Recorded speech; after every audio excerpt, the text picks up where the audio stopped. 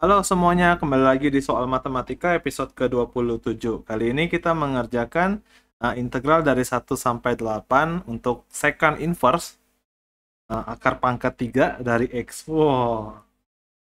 Oke, ini gimana cara kerjanya? Sebenarnya sederhana saja ya, kita cukup melakukan substitusi ya.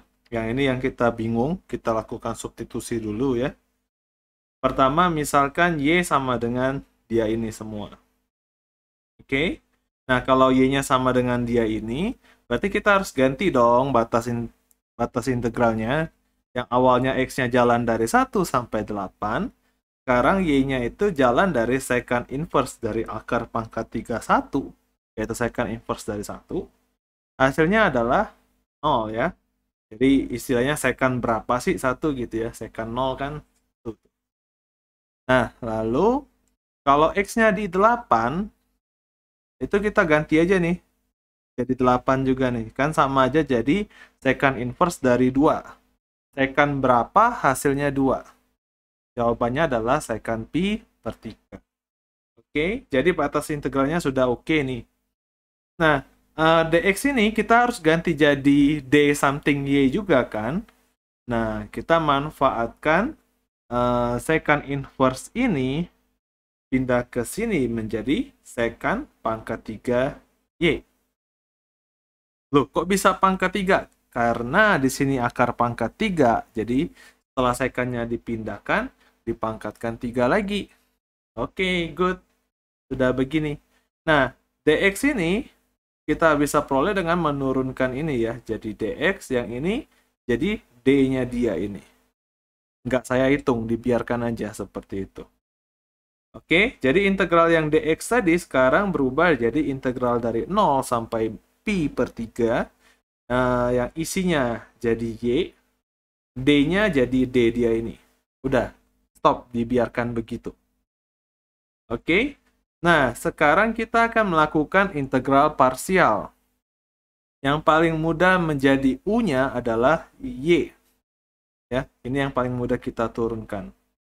Oke, U-nya adalah Y, DU-nya adalah DY. Nah, kemudian kawan dari integral parsialnya dv. dv itu langsung aja nih, sisanya ini. dv-nya adalah d secant pangkat 3y. Nah, inilah alasannya kenapa saya membiarkan d-nya seperti itu saja.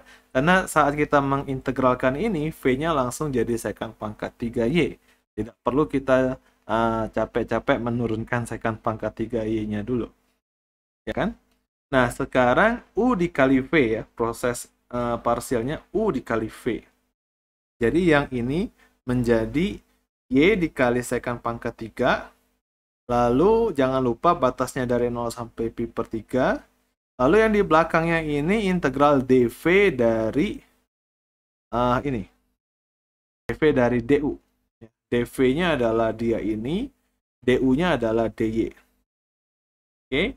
Nah, ini jadi kita memperoleh 8 pi per 3 kurang i. I-nya ini namanya si dia ini ya. Oke, sudah centang, sudah bagus.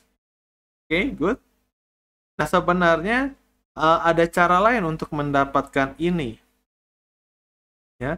Tadi kita lihat ya, proses kita yang sampai di sini itu menggunakan substitusi dan parsial. Ternyata kita cukup menggunakan grafik untuk mendapatkan hasil yang sama ya. Coba lihat ya di sini digambarkan garis yang ini ya, kurva yang ini itu adalah fungsi y sama dengan secant inverse dari akar pangkat 3x. Oke. Nah, jadi wilayah integral 1 sampai 8 ini adalah wilayah yang ini, yang A ini. Oke. Nah, perhatikan yang warna merah. Yang warna merah ini ternyata bisa kita dapatkan menggunakan inverse dari Y ini. Yaitu inverse-nya sekarang X sama dengan secant pangkat 3Y. Ke sini. Nah, jadi kalau kita mengintegralkan dari 0 sampai pi per 3, kita dapat wilayah B. Coba kita lihat, gabungan dari A dan B itu adalah persegi panjang saja. Ya kan? Dengan ininya 8 panjangnya. Dan tingginya pi per 3. Gitu. Jadi kalau kita mau menghitung A, kita cukup menghitung 8pi per 3 ini dikurangi B yang ini kan. B-nya pindah. Oke. Nah, B-nya ini tadi adalah integral 0pi per 3 dari sekant pangkat 3Y yang ada di sini. Yang ini tadi jadi 8pi per 3. Oke.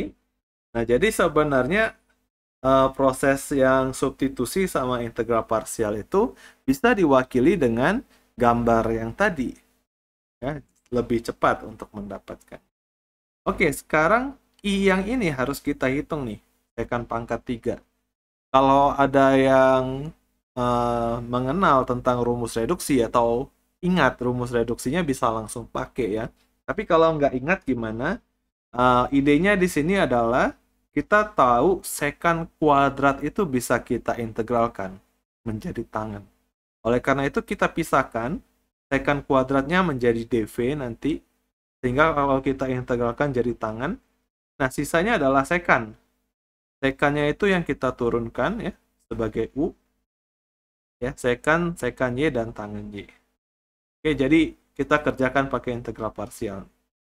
Lagi U kali V ya. Lalu V kali DU. Oke, jadi tangan kali tangan jadi tangan kuadrat.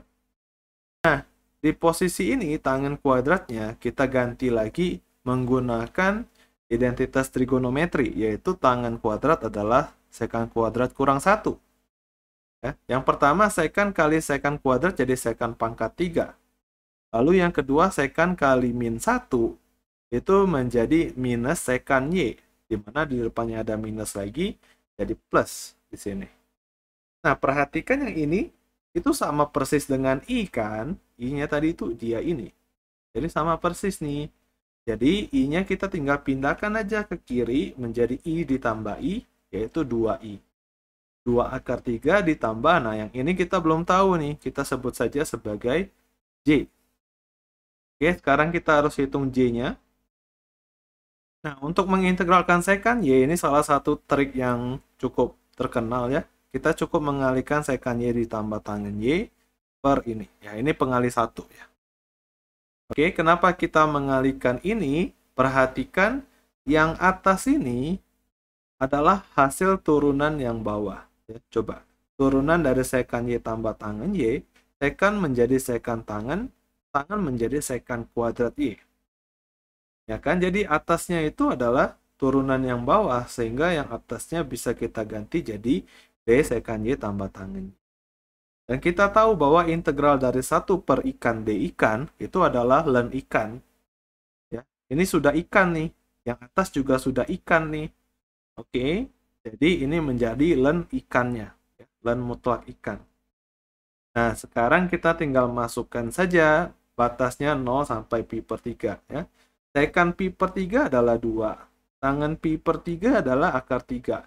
Nah, yang di 0, sebenarnya kan sekant 0 itu 1 ya. Tapi tangan Y-nya itu 0, jadi dapatnya logaritma natural dari 1. Hasilnya 0. Jadi kita ini. Nah, hasil ini kita kembalikan nih ke yang ini ya. Kita mau mencari I kan. Kita kembalikan. Y-nya adalah dia ini, sehingga I-nya adalah ini. Oke. Nah, nya sudah dapat, kita bisa menghitung ini tadi adalah 8pi per 3 kurang I.